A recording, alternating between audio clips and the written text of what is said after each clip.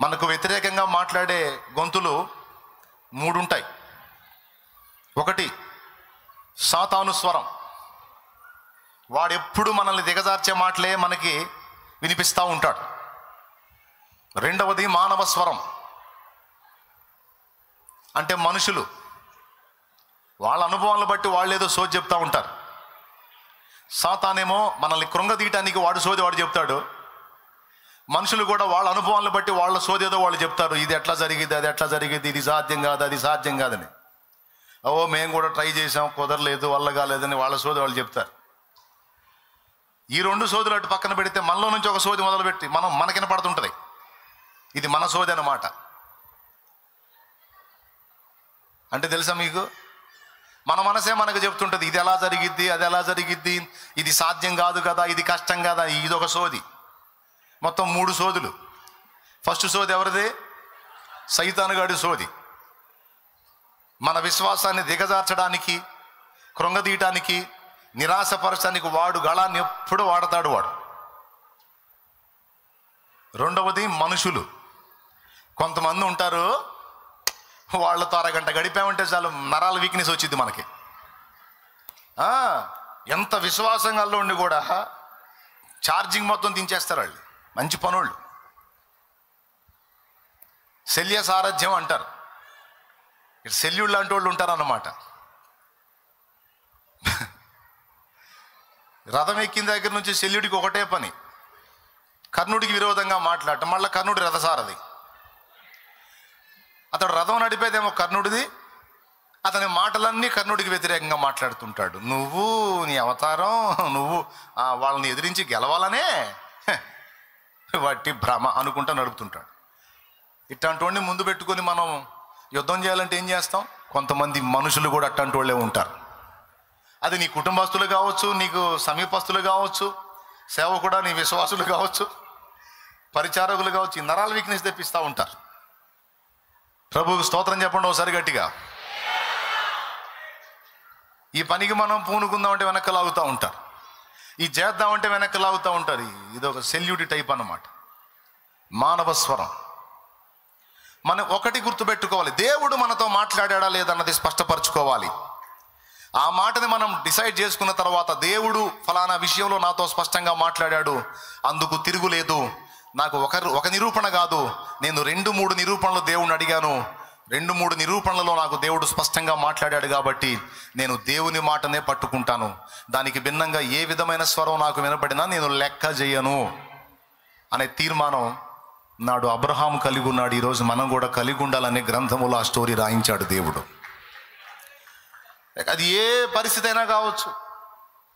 సేవకుడైతే వాని సేవకు సంబంధించిందే పెద్ద సమస్య తనకి.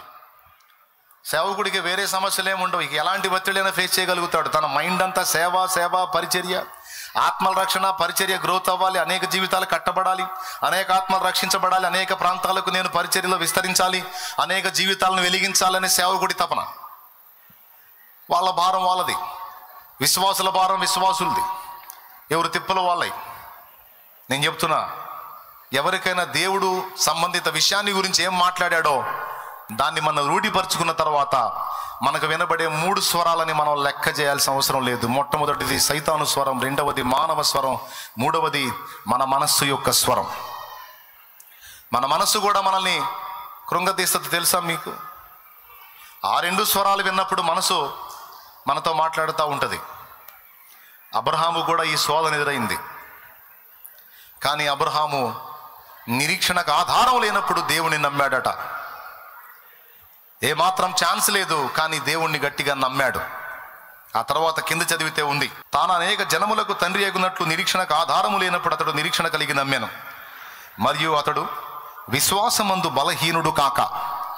నువ్వు శారీరకంగా బలహీనుడు కావచ్చు బాబు, విను, ఇంట్రెస్ట్ ఉంటే రాసుకో. ఆర్థికంగా నువ్వు బలహీనుడు కావచ్చు, శారీరకంగా నువ్వు బలహీనుడు కావచ్చు, బంధు జనావళి నిన్ను వదిలిపెట్టి నిన్ను బలహీనుడిని చేసి ఉండొచ్చు, ఏ పరిస్థితిలోనైనా నీవు బలహీనుడు అయి ఉండొచ్చు. కానీ ఒక్క విషయంలో మాత్రం నీవు బలహీనుడు కాకుండా చూసుకోవాలి. అదేమిటంటే విశ్వాసం. అర్థమైందా? పిల్లల్ని కనడానికి వారు శరీరరీత్యా బలహీనులే కానీ దేవుని విశ్వసించే విషయంలో మాత్రం వాళ్ళు బలవంతులై ఉన్నారు. స్తోత్రం చెప్పు దేవుని గట్టిగా. దేవుని విశ్వసించే విషయంలో వారు బలవంతులై ఉన్నారు. మరియు అతడు విశ్వాసమందు బలహీనుడు కాక రమారమి 100 ఏండ్ల వయసు గలవాడై ఉండి అప్పటికి తన శరీరము మృతతుల్యమైనట్టు శారా గర్భమును మృతతుల్యమైనట్టును ఆలోచించను గాని అవిశ్వాసం వల్ల దేవుని వాగ్దానమును గూర్చి సందేహింపక దేవుని మహిమపరచి ఆయన వాగ్దానము చేసిన దానిని నెరవేర్చుటకు సమర్థుడని రూఢిగా విశ్వసించి విశ్వాసము వలన బలము పొందెను. ఏం బలం పొందాడు తెలుసా? విశ్వాసం వల్ల ఏం బలం పొందాడు తెలుసా? దేవుడిచ్చిన వాగ్దానాన్ని స్వతంత్రించుకోవటానికి కావలసిన బలం పొందాడు.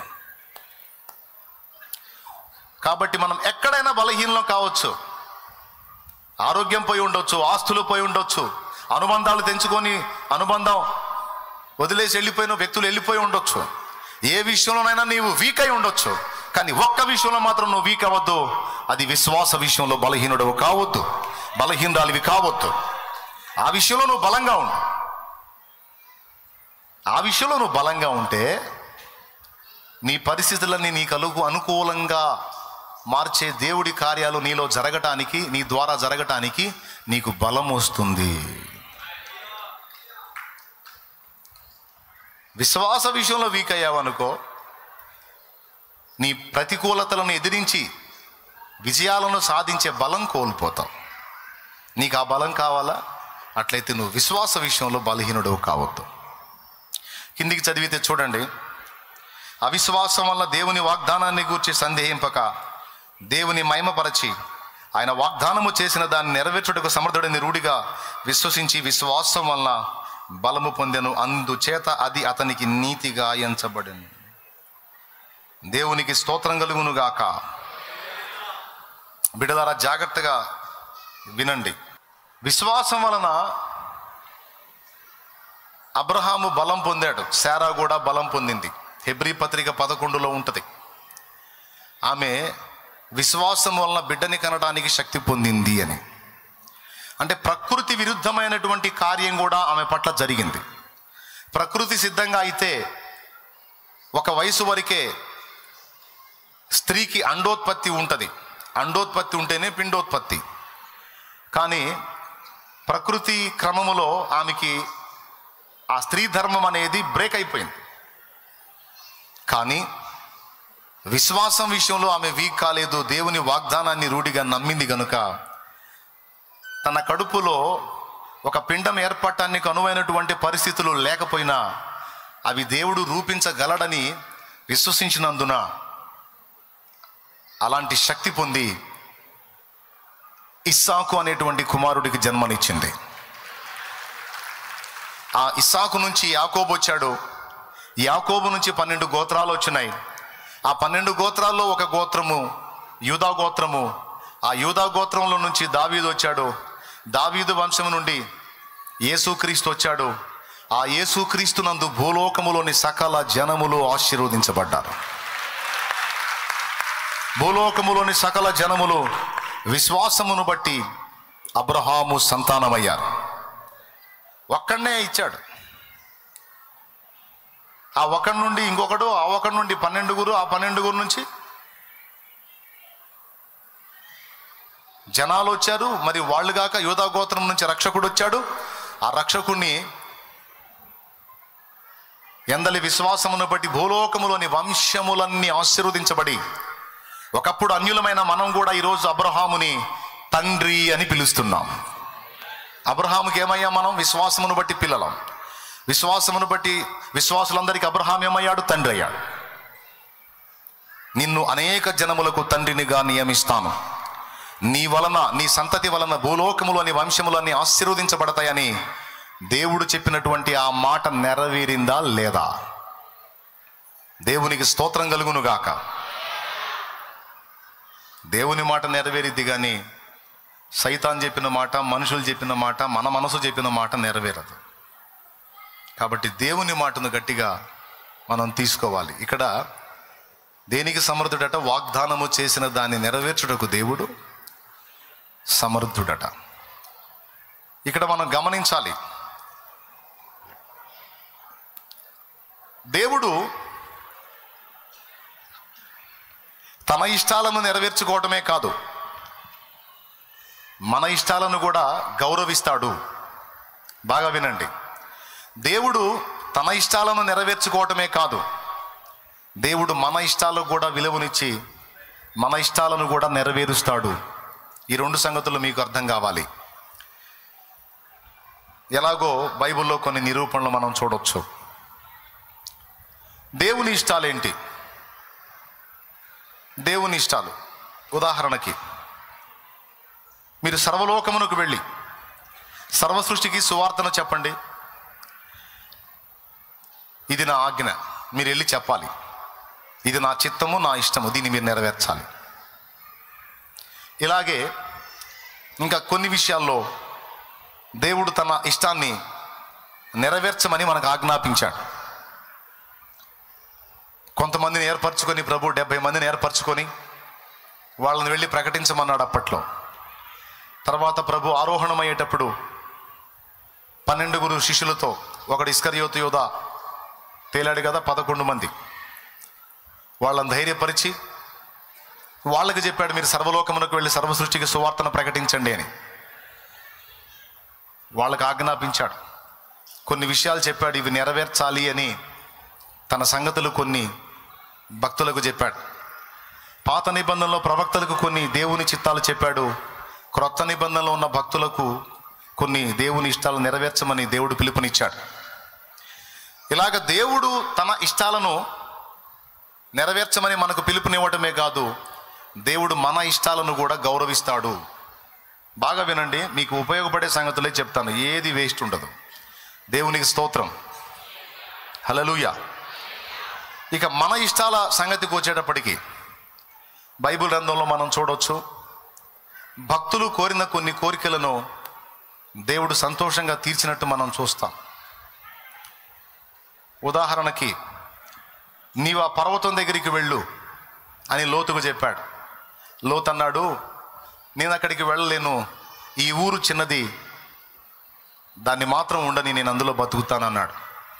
వాస్తవంగా నాశనం చేయబడవలసినటువంటి ప్రాంతాల్లో సోయరు అనే ఆ ప్రాంతం కూడా ఉంది, కానీ దేవుడు దాన్ని నాశనం చేయలేదు, లోతు కోసం దాన్ని వదిలేశాడు. తీర్పు దాని మీదకి రావలసి ఉండగా తన దాసుని కోసం అతని కోరికను తీర్చడానికి నాశనపురం కావలసినటువంటి, నాశనమైపోవలసినటువంటి ఆ పట్టణాన్ని దేవుడు బ్రతకనిచ్చాడు, ఆ చిన్న ఊరిని బ్రతకనిచ్చాడు.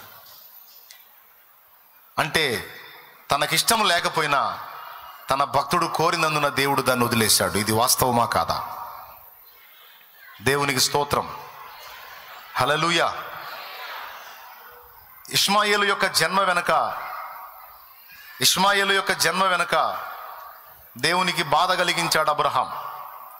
దాదాపు కొన్ని సంవత్సరాలు అబ్రహాం చేసిన పనికి అబ్రహాంతో దేవుడు మాట్లాడలేదు.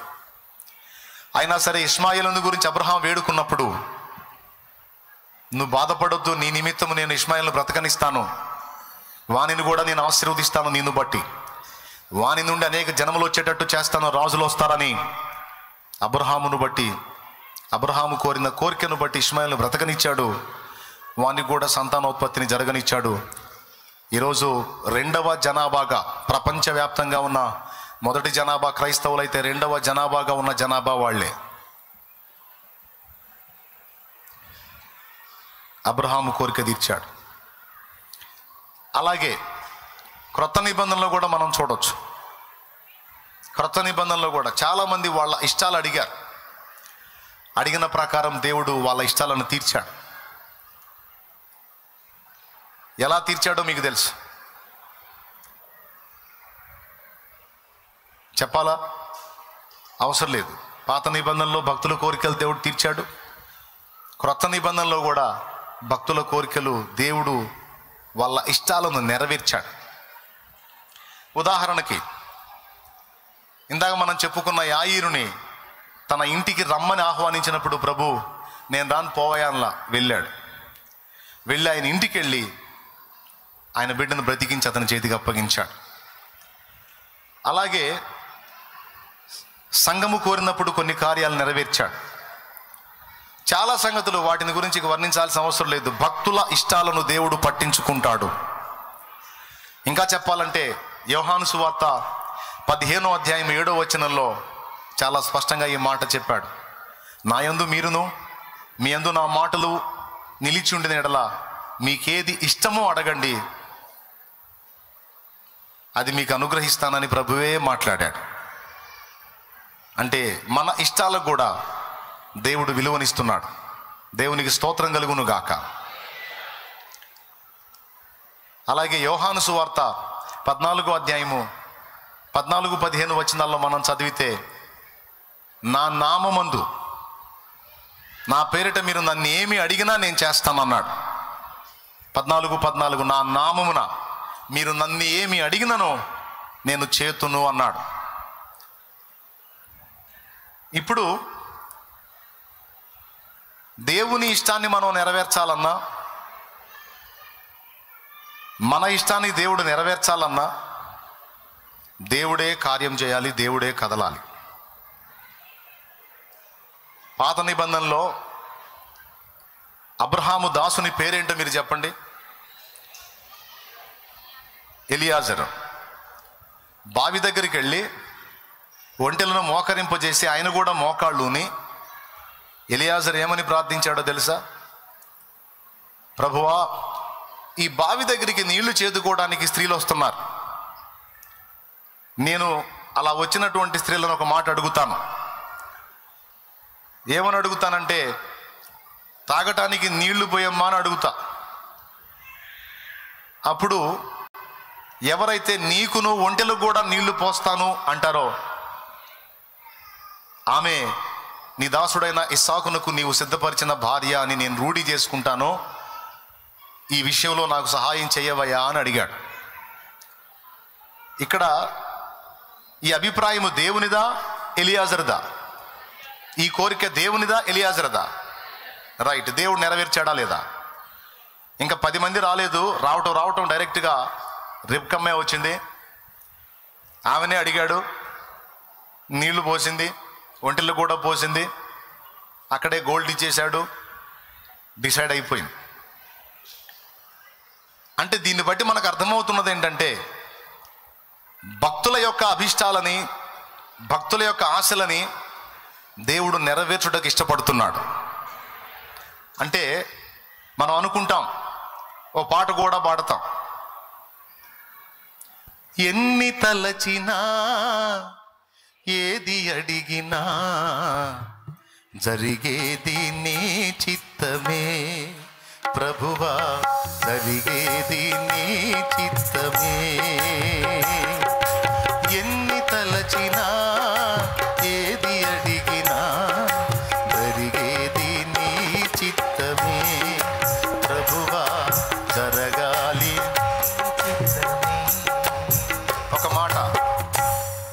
ఒక మాట అంటే దాని అర్థం ఏందో తెలుసా? మేమేదో అడుగుతాం కానీ మా పిచ్చితో మేమేం అడిగినా ఏం జరగో, నువ్వేమనుకున్నావు అయ్యే జరుగుతాయని అర్థం. నిజమేనా? అంటే భక్తుల ఇష్టాలతో దేవుడికి పని లేదా? భక్తుల కోరికలతో దేవునికి పని లేదా?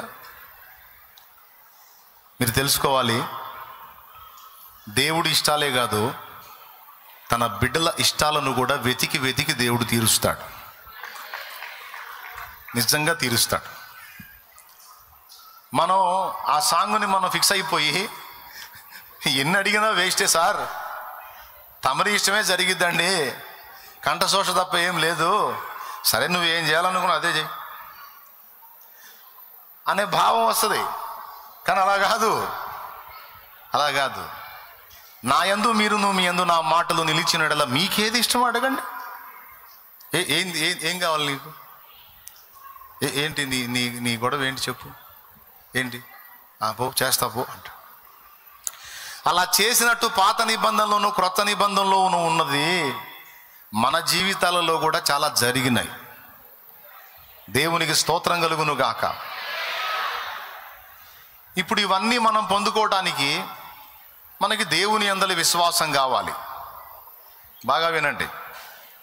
ఇప్పుడు మన విశ్రాంతిలో బతకడానికి ఏం కావాలి? పాయింట్ నెంబర్ 1, ఏదో ఒకటి కావాలా? ఎవరి యందు విశ్వాసం? లైన్లోనే ఉన్నారు కదా. రైట్. విశ్వాసం తరుగైతే కలవరం స్టార్ట్ అయింది. విశ్రాంతిలో బ్రతకాలంటే విశ్వాసం కావాలి. Okay, right. మనం సంతోషంగా ఉండాలంటే ఏం కావాలి? విశ్వాసం కావాలి. రైట్. మనలో సమాధానం ఉండాలంటే ఏం కావాలి? రైట్. మన ప్రార్థనలకు జవాబు రావాలంటే ఏం కావాలి? విశ్వాసం కావాలి. దేవుని శక్తివంతమైన కార్యాలు మనలో జరగాలంటే ఏం కావాలి? రైట్. 4.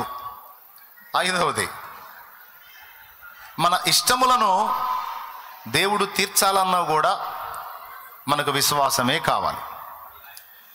ఇప్పుడు నమ్ముట నీ వలనైతే నమ్మువానికి సమస్తము సాధ్యమే అన్న మాట అనేక సార్లు గ్రంథంలో మనం చదువుకున్నాం.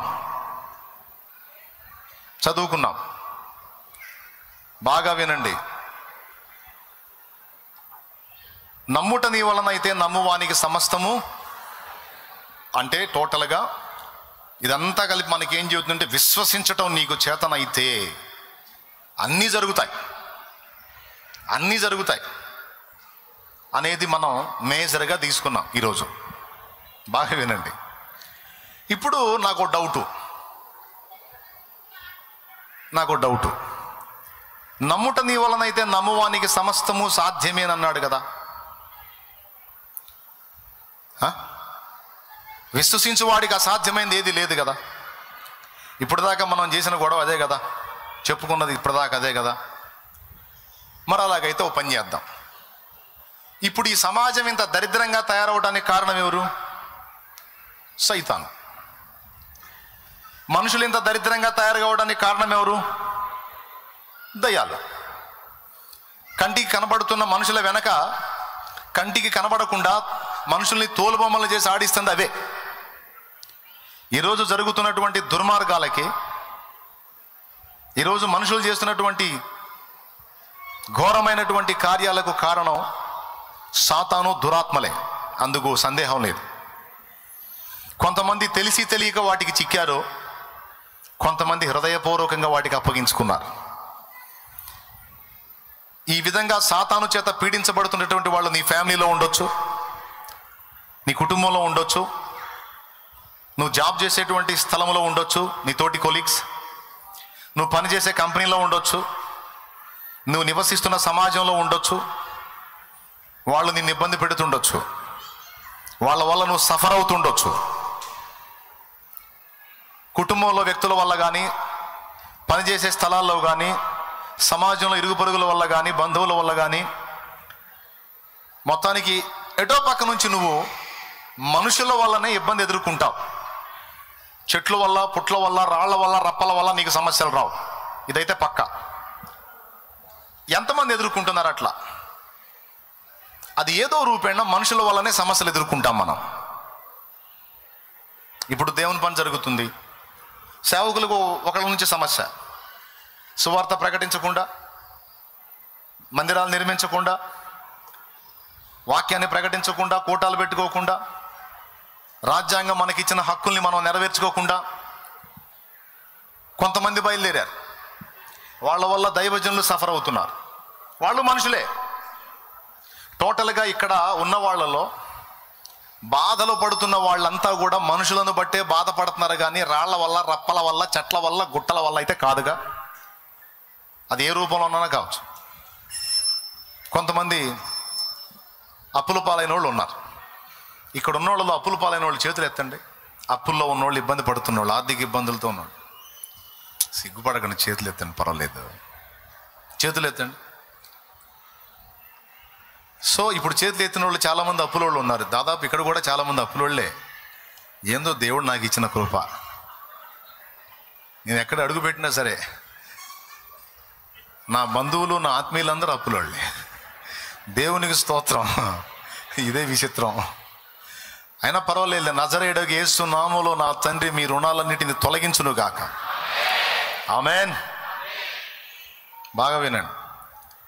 ఇప్పుడు అప్పుల వల్ల సఫర్ అవుతున్నావు అంటే, అప్పుల వల్ల అంటే అప్పులు ఇచ్చిన వ్యక్తుల వల్ల, వాళ్ళు దూషించే దోషణల వల్ల, వాళ్ళ బెదిరింపుల వల్ల, వాళ్ళు ఇచ్చే వార్నింగ్ల వల్ల నువ్వు సఫర్ అవుతావు. మనిషి ద్వారానే. కొంతమంది అప్పులు చేసి సఫర్ అవుతుంటే, కొంతమంది అప్పులు ఇచ్చి మనుషుల వల్ల బాధించబడుతున్నారు. ఇవాళ ఇస్తానంటాడు, రేపు ఇస్తానంటాడు, ఎల్లుండి ఇస్తానంటాడు, 3 రోజులు ఆగిస్తానంటాడు. తిప్పి కొంతమంది అప్పులు ఇచ్చి సఫర్ అవుతున్నారు, కొంతమంది అప్పులు చేసి సఫర్ అవుతున్నారు. బాగా వినండి, ఓకేనా? టోటల్గా మనుషులందరూ, కొంతమంది కుటుంబంలో వ్యక్తులు మారక సఫర్ అవుతున్నారు. ఆ పిల్లల వల్లనో, ఆ భర్త వల్లనో, ఆ భార్య వల్లనో, ఆ కొడుకు వల్లనో, ఆ కూతురు వల్లనో టోటల్గా మనం బాధలు అనుభవిస్తుందంతా. సేవకులైతే మతోన్మాదుల వల్లనో, విశ్వాసుల వల్లనో, మొత్తం మనుషుల వల్లనే. రాళ్ళైతే మనల్ని ఇబ్బంది పెట్టవు, చెట్లు అయితే మనల్ని ఇబ్బంది పెట్టవు, రోడ్లు అయితే మనల్ని ఇబ్బంది పెట్టవు, ఏవి ఇబ్బంది పెట్టవు, మనుషులే. ఇంతవరకు అర్థమైందా? ఎవరు ఏది ఎదుర్కొన్నా మనుషులే. అయితే మనం ఏంటంటే, ప్రారంభం నుంచి మనకున్న అలవాటు ఏంటంటే మనుషుల్ని చూస్తాం, కానీ మనుషుల వెనక కథ నడుపుతున్నది సాతాను, దురాత్మలు. ఇది బైబిల్ చెప్పిన సాక్ష్యం.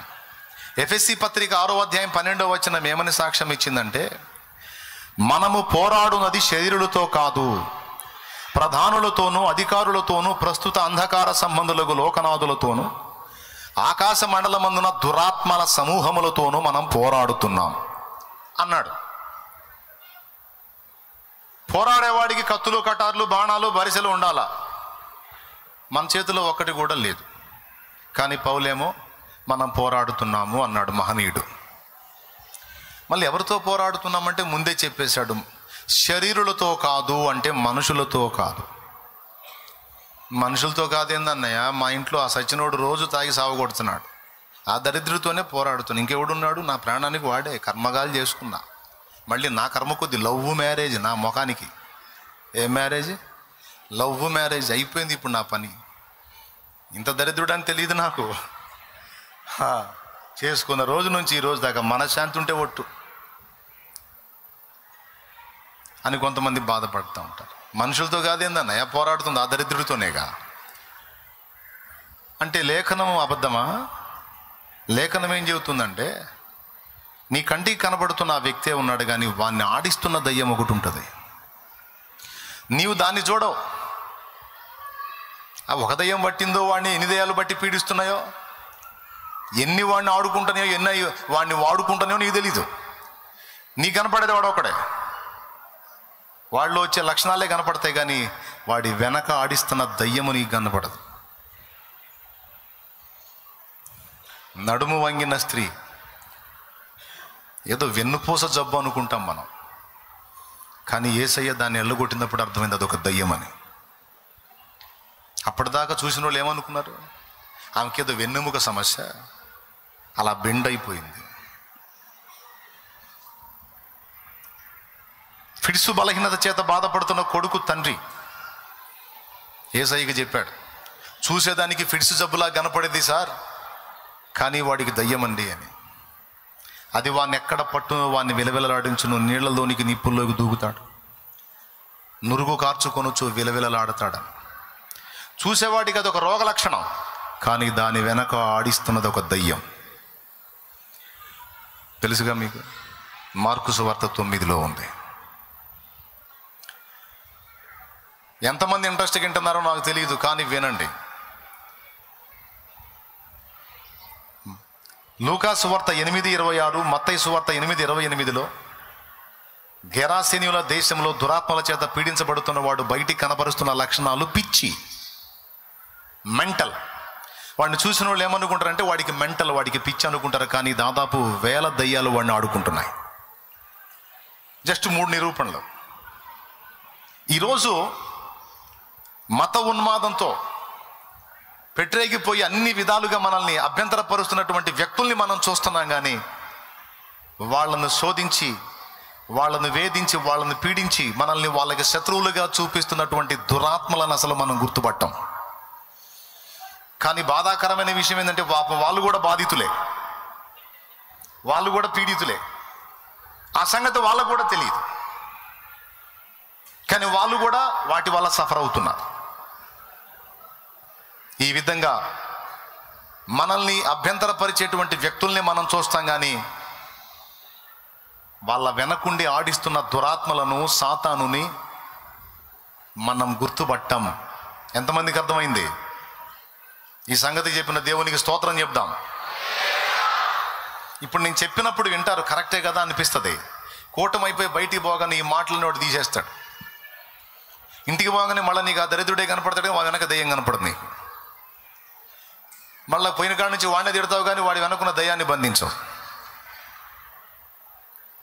ఇప్పుడు నేను చెబుతుంది ఏంటంటే, విశ్వాసం ఉంచుట ద్వారా సమస్తము సాధ్యమే కదా. విశ్వాసం ఉంచుట ద్వారా సమస్తము సాధ్యమా కాదా? సాధ్యమన్నోళ్ళు చేతులు ఎత్తండి. ఇప్పుడు నేనేమంటానంటే, ఇన్ని దరిద్రాలకు కారణం ఆ సైతానుగాడు, వాడి దయ్యాలే కదా. వాళ్ళ మారు మనసు కోసం ప్రార్థన చేస్తే పోయిద్దిగా, విశ్వసిస్తే పోయిద్దిగా. ప్రభువా, నమ్ముట నీ వలనైతే నమ్మువానికి సమస్తము సాధ్యమే అన్నావు. సైతానుగాడు మారు మనసు పొంది బాప్తీసం పొందినట్టు నేను నమ్ముచున్నా ప్రభువా.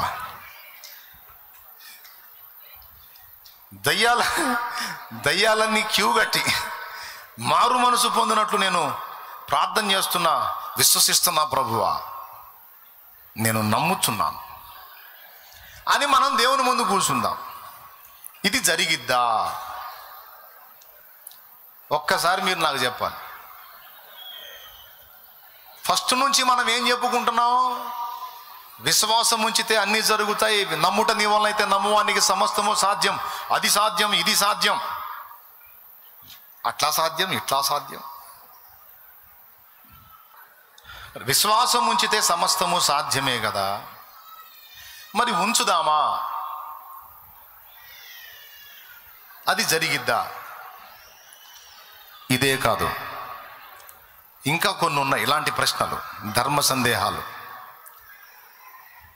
నాకు తెలిసిన దైవజనుడు ఒక ఆయన ఆ పని చేశాడు. ఇప్పుడు కాదు, అసలు నేను మా అయ్య కూడా పుట్టకముందు ఆయన ప్రార్థన చేశాడు. ప్రభువా, భూమి ఇలా అయిపోవడానికి, భూమి మీద మనుషులు ఇలా అయిపోవడానికి సైతాను కదా కారణం. వాడిని దర్శించు ప్రభువా, వాడికి మారు మనసు ఈ ప్రభువా అని రోజు ప్రార్థన చేశాడంట. దేవుడు దర్శించి ఆయనతో మాట్లాడాడు, దేవదాసు అది జరగదు, వాడు అన్నీ తెలిసే సాతానుగా మారాడు, వాడు తెలియక అమాయకత్వంలో ఉంటే నేను వాడిని క్రమపరుస్తాను, కానీ తెలిసి వాడు హృదయపూర్వకంగా పాపమునకు అప్పగించుకున్నందున నీ కోరిక నెరవేరదు, ఇది సాధ్యం కాదు, ఆ ప్రార్థన చేయొద్దని చెప్పాడు. అంటే మనం విశ్వాసం ఉంచినా జరగని కార్యాలు కొన్ని ఉన్నాయన్న వివేచన ఈ రాత్రి మనకు ఉండాలి.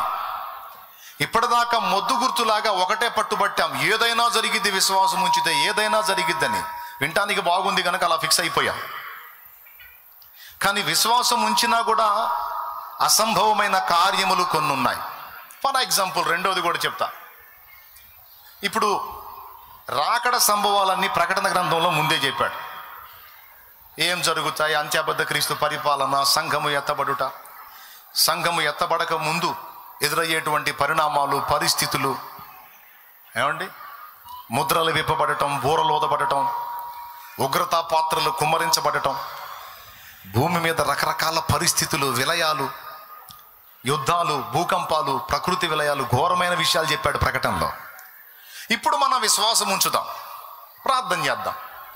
ప్రభువా, ప్రకటన గ్రంథములో చెప్పబడినవేవి జరగొద్దు ప్రభువా, యేసు నామములో తండ్రి అని ప్రార్థన చేద్దాం, విశ్వాసం ఉంచుదాం. ఆగుతాయా?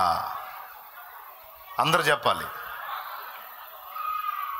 అసంభవం అది కూడా. మరి మనం ఒకటే పాయింట్ పట్టుకొని ఎగురుతున్నాంగా, నమ్ముట నీ వలన అయితే నమ్ము అని, సమస్తము సాధ్యమే, సమస్తము సాధ్యమే, సమస్తము సాధ్యమే, సమస్తము సాధ్యమే.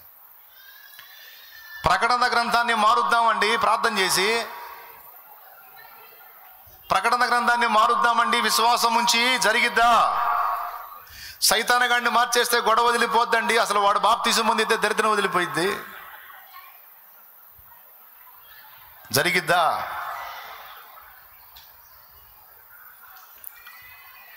ఇలాగున అసంభవమైన విషయాలు చాలా ఉన్నాయి. ఈరోజు ఒక స్పష్టతకు వద్దాం. వివేచన కలిగి మనం ప్రార్థిద్దాం, దేవుణ్ణి అడుగుదాం. బాగా వినండి. అంటే మనం విశ్వసించినా, మనం మొర్ర పెట్టినా జరగని కార్యాలు కొన్ని ఉన్నాయి. మరి ఏం జరుగుతాయి? ఏం జరగవు. ఏం జరుగుతాయో, ఏం జరగవో, మనం ఏ పరిధిలో అడగాలో, ఏ పరిధిలో అడగొద్దో మొత్తం మనకి గ్రంథములో దేవుడు అనుగ్రహించేశాడు, గ్రంథములో దేవుడు చెప్పేశాడు. సింపుల్, మీకు ఈజీగా అర్థం కావడానికి చెప్తున్నా. హోటల్కి వెళ్తాం, మనం హోటల్కి వెళ్తాం. ఫస్ట్ ఏం చేస్తాడు? మెనూ షీట్ ఇస్తాడు, మెనూ కార్డు ఇస్తాడు. ఇస్తాడా? ఇడా? అంటే వాళ్ళ హోటల్లో ఏవేవి అందుబాటులో ఉన్నాయో, మనం కోరితే ఏవేవి చేయగలరో అవన్నీ ఆ మెనూ కార్డులో ఉంటాయి. ఇప్పుడు నీకు బిర్యానీ కావాలంటే ఏం బిర్యానీ కావాలి? మటన్ బిర్యానీ కావాలా, చికెన్ బిర్యానీ కావాలా, మరి రొయ్యల బిర్యానీ కావాలా, చేపల బిర్యానీ కావాలా, పీతల బిర్యానీ కావాలా? ఏమండి, నీకు ఏం బిర్యానీ కావాలో అందులో నువ్వు కోరుకుంటే తెస్తాడు. అసలు ఇందులో ఇచ్చినవి కాదు సార్, ఇందులో లేనిది ఒకటి చెప్తా తీసుకోండి అంటే ఏమంటాడు? లేదు సార్, మా దగ్గర అలాంటి సౌకర్యం లేదు, ఇంకో హోటల్కి పోండి అంట. అవునా? ఇక్కడ దేవుడు మనము కోరుకోవలసినవి, దేవుడు సాధ్యపరచగలిగినవన్నీ కూడా గ్రంథములో రాసి నీకు నాకు చేతికి ఇచ్చేశాడు. అది స్తోత్రం చెప్పు. ఇక ఇప్పుడు నువ్వు ప్రార్థించినా, విశ్వసించినా రెండు పరిధులు ఉన్నాయి. ఒకటి వాక్య పరిధి, రెండు వాగ్దాన పరిధి. నాయన బాగా వినండి. ఒకటి వాక్య పరిధి, రెండు వాగ్దాన పరిధి. ఈ రెండు పరిధులలోనే నువ్వు అడగాలి. ఆ పరిధి దాటి నువ్వు అడిగితే సఫలత పొందలేవు. అది వాక్యం చెప్తున్న సత్యం. యేసు ప్రభు బోల్డెన్ ఆఫర్లు ఇచ్చాడు. పరలోక తండ్రి బోల్డెన్ ఆఫర్లు ఇచ్చాడు, అవకాశాలు ఇచ్చాడు. అయితే వాటన్నిటికీ ముందు షరతులు వర్తిస్తాయని చెప్పాడు. దేవునికి స్తోత్రం, హల్లెలూయా. మీకు ఏది ఇష్టమో అడగండి అన్నాడు. అయితే దానికి ముందు ఒక మాట చెప్పాడు, నా యందు మీరును మీ యందు నా మాటలు నిలిచున్న ఎడల. మాటలు నిలిచి ఉండకపోతే అడిగినవి చేయవా అంటే కుదరదు. ఎందుకు కుదరదు అంటే, నా మాటలు నువ్వు చదివి తెలుసుకుని లేదా విని తెలుసుకొని ఉంటే నువ్వు వాటి పరిధిలో అడుగుతావు. అవి నువ్వు తెలుసుకోకపోతే పరిధి దాటి సైతాన్ మారు మనసు కోసం ప్రార్థన చేస్తావు. అంటే అలాంటి అసంభవమైన కార్యాలను అడుగుతావు నువ్వు, అవి జరగవు. అందుకే నేను పరిధినిచ్చాను, నువ్వు విశ్వసించడానికి, ప్రార్థించడానికి, కోరుకోవటానికి, పొందుకోవటానికి. వాక్యము మరియు వాగ్దానము రెండు ఇచ్చాను నీకు. ఈ భూమి మీద నీ జీవనానికి సంబంధించి ఆ పరిధిలో నువ్వు ఏదన్నా అడుగు, ఖచ్చితంగా నేను ఇస్తానని నమ్ము, అది అయిపోయింది అంతే అన్నాడు. ఇక్కడ ఫస్ట్ చెప్పిన పాయింట్లో పాపం మీకు కొంచెం బలహీనత కలిగింది. అరే నమ్మితే సమస్తము సాధ్యమవుతాయి అనుకున్నామే. నిజంగా ఆలోచించి వివేచిస్తే కరెక్టే, కొన్ని అసంభవమైనవి కూడా ఉన్నాయి తోచి అనిపించింది మీ మనసు. టెన్షన్ పడకండి. ఆ మాట మిమ్మల్ని బలహీనపరిస్తే ఇప్పుడు చెప్పే మాట మిమ్మల్ని చాలా బలపరుస్తుంది. అదేమిటంటే, దేవుడు తన వాక్యములో, తన వాగ్దానములో నీకు అనుగ్రహించినవన్నీ కూడా ఖచ్చితంగా నీకు అందుబాటులోకి తెస్తాడు. దాన్ని నువ్వు ఏమాత్రము కూడా సందేహింపక నమ్మవచ్చు. నిశ్చయముగా రూఢిగా పొందగలవని విశ్వసించవచ్చు. ఎందుకంటే నువ్వు అడిగినవి వాక్య పరిధిలో ఉన్నాయి, వాగ్దాన పరిధిలో ఉన్నాయి అనేది ముందు చూసుకొని ఆ తర్వాత నువ్వు అడుగుతున్నావు. తప్పకుండా దేవుడు వాటిని జరిగిస్తాడు అనే నిశ్చయత నీకుంటుంది. ఒకవేళ నీకు ఈ సంగతి తెలియలేదనుకో, దేవుని వాక్య పరిధిలో, వాగ్దాన పరిధిలో ఆయన ఏమేం చెప్పాడో వాటికి సంబంధించి ఆ పరిధిలో మనం అడగలిగితే తప్పకుండా అవి చేస్తాడన్న సంగతి నీకు అర్థం కాలేదనుకో, అన్నీ కలిపి కొడతావు. కొన్ని జరుగుతాయి, కొన్ని జరగవు. క్లారిటీ మిస్ అయింది. అర్థమైందా? స్పష్టత కోల్పోతావు, నిశ్చయత కోల్పోతావు. అలా కాకుండా ఇప్పుడు ఈ విషయం నువ్వు స్పష్టంగా ఎరిగి దేవుణ్ణి అడిగావు అనుకో, ఇక డౌట్ ఉండదు. అబ్రహాం అంత గట్టిగా విశ్వసించడానికి గల కారణం ఏంటంటే దేవుని వాగ్దానాన్ని గట్టిగా పట్టుకున్నాడు ఆయన. అబ్రహాం యొక్క విశ్వాసం దేన్ని ఆధారం చేసుకొని ఉందంటే వాగ్దానాన్ని ఆధారం చేసుకొని. అసాధ్యమైన కార్యాన్ని ఎలా సాధించుకోగలిగాడంటే దేవుని వాగ్దానాన్ని ఆధారం చేసుకొని దేవునికి మొరపెట్టాడు. ఇక ఇప్పుడు మీకు చెప్తున్నా, ఈ రోజు నుంచి మీరు ప్రార్థించినా విశ్వసించినా ఒక్కసారి మీరు అడగబోయే వాటిని గ్రంథములో దేవుడు నీకు అనుగ్రహిస్తానని మాట ఇచ్చాడో లేదో ఫస్ట్ వెతుక్కోండి. Point number 1. దేవునికి స్తోత్రం. ఏంటంటే దేవుడు తన గ్రంథములో వాటిని నీకు అనుగ్రహిస్తానని వాగ్దానం ఇచ్చాడో లేదో చూసుకో. తన వాక్యములో భక్తులకు వాటిని అనుగ్రహించినటువంటి దాఖలాలు ఉన్నాయో లేవో చూసుకో. ఒకవేళ అవి నీకు కనబడితే వాటిని ఉటంకించి నువ్వు దేవునితో మాట్లాడవచ్చు. నా కృప నిన్ను విడువదంటివే, నా కృప నీకు చాలునంటివే, నాకేమి కొదువా, స్తుతికి పాత్రుడా, శుభప్రదమైన నిరీక్షణతో, శుభప్రదమైన నిరీక్షణతో జయ గీతమే పాడేదా, జయ గీతమే పాడేదా, స్తుతికి పాత్రుడా, స్తోత్రార్హుడా, శుభప్రదమైన నిరీక్షణతో, శుభప్రదమైన నిరీక్షణతో. దేవునికి మహిమ. దేవా నువ్వు ఇలా అన్నావే, ఆహారపు కొదువైందా?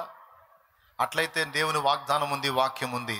మోకాళ్ళుని దేవుని నువ్వు అడిగి నిశ్చయముగా పొందవచ్చు. నువ్వు ఎందుకు చెప్పావా మరి ఇవ్వలేనోడివి? నువ్వు తగాదేసుకోవచ్చు, నువ్వు పెనుగులు ఆడవచ్చు యాకోబులాగా. ఏమయ్యా నువ్వు ఇవ్వలేనోడివి ఎందుకు చెప్పావు? మేమున్నావు అన్నిటిని నమ్మటానికి అని చెప్పావా? నాకు తెలియదు, వదిలిపెట్టును. నువ్వు చెప్పావు, నెరవేర్చు. పిల్లలు ఎలా పట్టుబడతారో చూడండి. నీకు ఇస్తాను రా అని మనం అననంత వరకు బ్రతిమలాడతాడు. ఇస్తాను అని మనం వాగ్దానం చేశామంటే అప్పుడు చొక్కా పట్టుకుంటాడు. నీ కూతురు కూడా పట్టుకుంటుంది. డాడీ ఏమన్నావు నువ్వు మొన్న? ఇస్తానన్నావా లేదా? నువ్వు ఆ వాగ్దానం చేయకముందు డాడీ చెప్పు డాడీ, తీసుకురా డాడీ, ఇవ్వు డాడీ అని అడిగి బతిలాడేది. 2 రోజులు ఆగి తెస్తా, ఓకేనా? Okay daddy. అప్పటిదాకేం బ్రతిమలాటం ఉంటుంది. ఇప్పుడేమన్నాడు?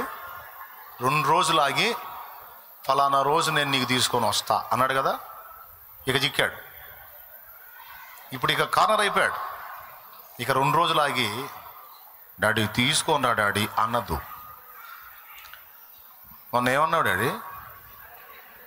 ఏమన్నావు? తేలేనోడి ఎందుకు చెప్పాలి డాడీ? ఇవ్వలేనోడి ఎందుకు చెప్పాలి డాడీ? ఇకంతా తగాదే ఉంటుంది, ఇకంతా ఫైరింగే ఉంటుంది. చనువున్న కూతురు అయితే వచ్చి మెడేసుకుంటుంది. చెప్పు డాడీ ఎందుకన్నావు? నువ్వు అన్నావుగా, నా కర్మగాలు అన్నానే తల్లి. ఇక ఆ రోజు నుంచి ఇక మరుసటి రోజు, ఆ తర్వాత రోజు ఇక నిన్ను పొడవకపోతే అప్పుడు అడుగు. పొడిసి పొడిసి పొడిసి చంపుద్ది.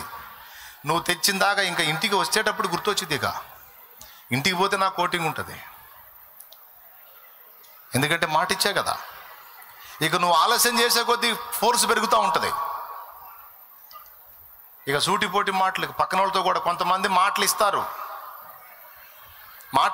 చేయరు. మమ్మే మరి తేవటం చేతగాని వాళ్ళు ఎందుకు ఇవ్వాలో మరి? ఎవరిని అంటుందో తెలుసా? అది నన్నే అంటుంది. మరి లేకపోతే మీరు ఇవ్వనోళ్ళు ఇవ్వనంటూ ఊరుకోవాలి. 2 రోజులు అయితే తెస్తానంటివి, ఇక దానికి ఇప్పుడు చిక్కావు. నువ్వు ఏం చేద్దాం తెలుసురా.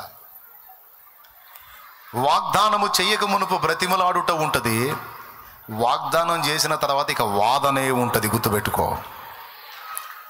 నీకెంత ఫోర్స్ ఉందంటే ఇప్పుడు దేవునితో తగాదేసుకోవచ్చు. నువ్వేం చెప్పావు? చేస్తానన్నావుగా, నీ యందు నా ప్రయాస వ్యర్థం కాదన్నావుగా, మరేంది ఇది? ఏందయా? ఎప్పుడు? నా తెలియదు, నువ్వు అన్నావు, నువ్వు ఒట్టు పెట్టావు, వాగ్దానం ప్రామిస్ అన్నావు, అన్నప్పుడు నువ్వు చేయాలంతే అని నువ్వు ఏడవచ్చు, వాదనాడవచ్చు, దేవునితో చనువుగా వ్యవహరించవచ్చు. ఎందుకంటే వాగ్దానము చేసిన దేవుడు నీకు చిక్కాడంతే. దేవునికి స్తోత్రం కలుగునుగాక. నీ తండ్రి నీకు చిక్కాడు వాగ్దానం ఇచ్చి. ఈ వాగ్దానం ఒక ఆహార విషయంలోనే కాదు, ఆర్థిక సమస్యల విషయంలోనే కాదు, సమస్త విషయములలో ఎక్కడెక్కడైతే నీకు వాగ్దానం ఇచ్చాడో అక్కడెల్లా కూడా దేవుడు కార్నర్ అయ్యాడంతే. దేవునికి స్తోత్రం కలుగునుగాక. ఇక చిక్కుతాడు నీకంతే. ఇక దాన్ని బట్టి ధైర్యముగా నువ్వు దేవుని ముందుకు వెళ్ళిపోవచ్చు. ఆఖరికి నిన్ను క్షమించే విషయంలో కూడా వాగ్దానం తీసుకునే పోవచ్చు. నువ్వు తొట్టుపడి బలహీనమైన అడుగు వేసి జారి పడిన స్థితిలో కూడా ఆయన వాగ్దానం ఏముంది? అతిక్రమములు దాచిపెట్టువాడు వర్ధిల్లడు, ఒప్పుకొని విడిచిపెట్టువాడు కనికరం పొందుతాడు. మన పాపములను మనం ఆయన ఎదుట ఒప్పుకునేలా ఆయన నమ్మదగిన వాడు, మన పాపములను క్షమించి సమస్త దుర్నీతి నుండి మనలను పవిత్రులుగా చేస్తాడు. ఆ వాగ్దానాన్ని ఎత్తిపట్టుకొని పోయి నేను ఒప్పుకుంటే క్షమిస్తానన్నావుగా, నేను తెలిసి బుద్ధి గడ్డి తిని చేశా, తప్పు చేయకూడదు, నీ బిడ్డగా నేను అలా చేయకూడదు, ఏం చేద్దాం? బలహీనపడ్డా, నా తప్పే, దీనిలో ఎవరిని నేను బాధ్యులు చేయను, నా స్వయంకృత అపరాధమే, నన్ను క్షమించు, మరోసారి చేయకుండా జాగ్రత్త పడతా, తీర్మానం చేసుకుంటున్నా, నన్ను క్షమించయ్యా, నీ రక్తంతో నన్ను కడుగయ్యా అని నువ్వు అడుగు. తక్షణమే దాన్ని శుద్ధి చేసి నిన్ను వదిలేస్తాడు. పో, నీ అతిక్రమములన్నీ నేను తుడిచివేసి ఉన్నా, నీకు ఎన్నటికి నీ వాటిని జ్ఞాపకం చేసుకోనని అంటాడు. బ్లాక్ బోర్డు మీద రాసినటువంటి రాతలని డస్టర్తో తుడిచేసినట్లు నీ దోషములు మళ్ళా కనబడవిక అక్కడ. అట్లా సమస్త విషయములలో వాక్యమును వాగ్దానమును నీవు ఆధారము చేసుకొనిన ఎడల అన్నిటినీ కూడా దేవునితో పోరాడి నీవు పొందవచ్చును. ఇంకా అయిపోయిందండి. మీకు నేను చెప్పిన విషయాలు అర్థమైతే ఈ రోజు నుంచే మొదలు పెట్టచ్చు దేవుడితో. ఇక నువ్వేమని వాగ్దానం చేశావు? నీవు అనేక జనములకు అప్పిచ్చేదావు కానీ అప్పు చేయమన్నావు. నన్ను ఎందుకు అప్పులు పాలు చేశావు? సరే నేనే చేసుకున్నాను అనుకో, మరి నువ్వు పిడికిలు విప్పు, కార్యాలు చెయ్యి, ద్వారాలు తెరువు, సహాయం పంపు, కార్యాలు సఫలం చెయ్యి.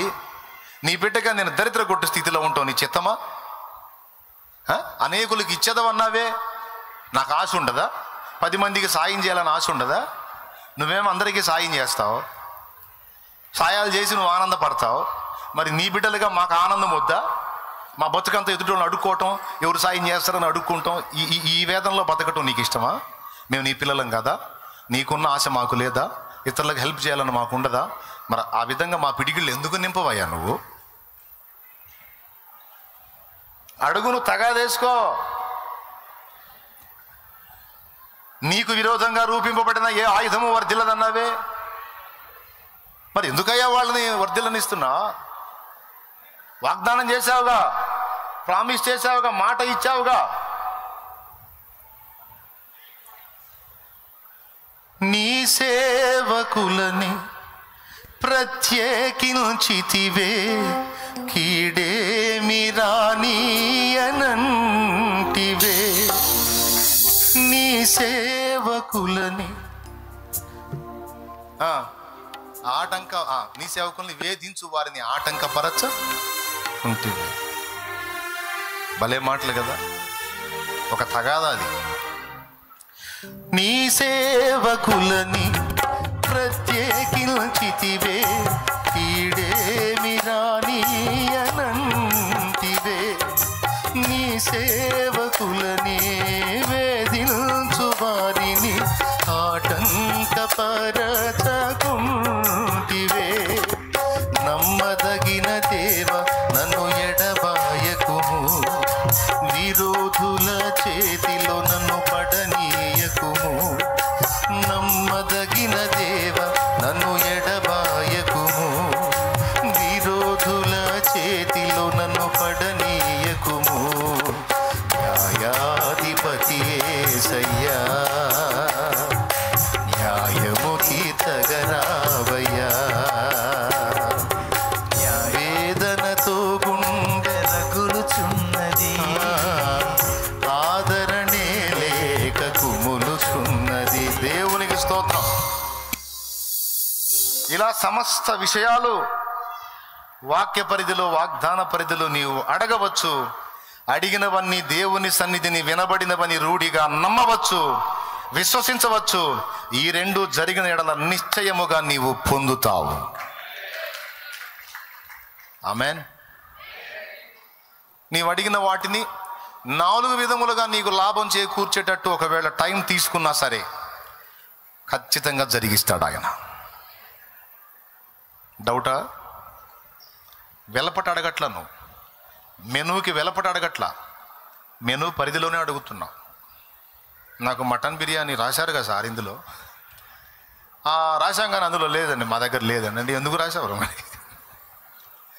సరే వదిలేసాయి, రొయ్యల బిర్యానీ తీసుకుని, అది కూడా లేదు సార్ మరి, లేదు. సరే చేపలు తీసుకుంటా, అది కూడా లేదండి. మరి ఏముంది? చికెన్ ఒక్కటే ఉంది. మరి ఇన్నెందుకు రాశావు? రాశాం కానండి లేవండి అని హోటల్ వాళ్ళు చెప్పొచ్చు, కానీ యేసయ్య చెప్పడు, దేవుడు చెప్పడు.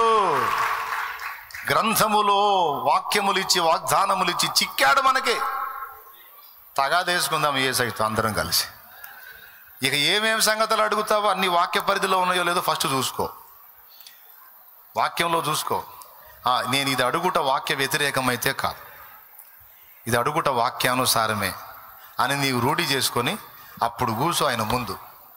ఇది మొదలుకొని నువ్వు ఎప్పుడు ఏది అడిగినా నువ్వు చూసుకోవలసిన కొలబద్ద అది వాక్యంలో ఉందా, వాగ్దానం అయి ఉందా చూసుకొని ఎందుకు జరగదో తేల్చుకుందాం.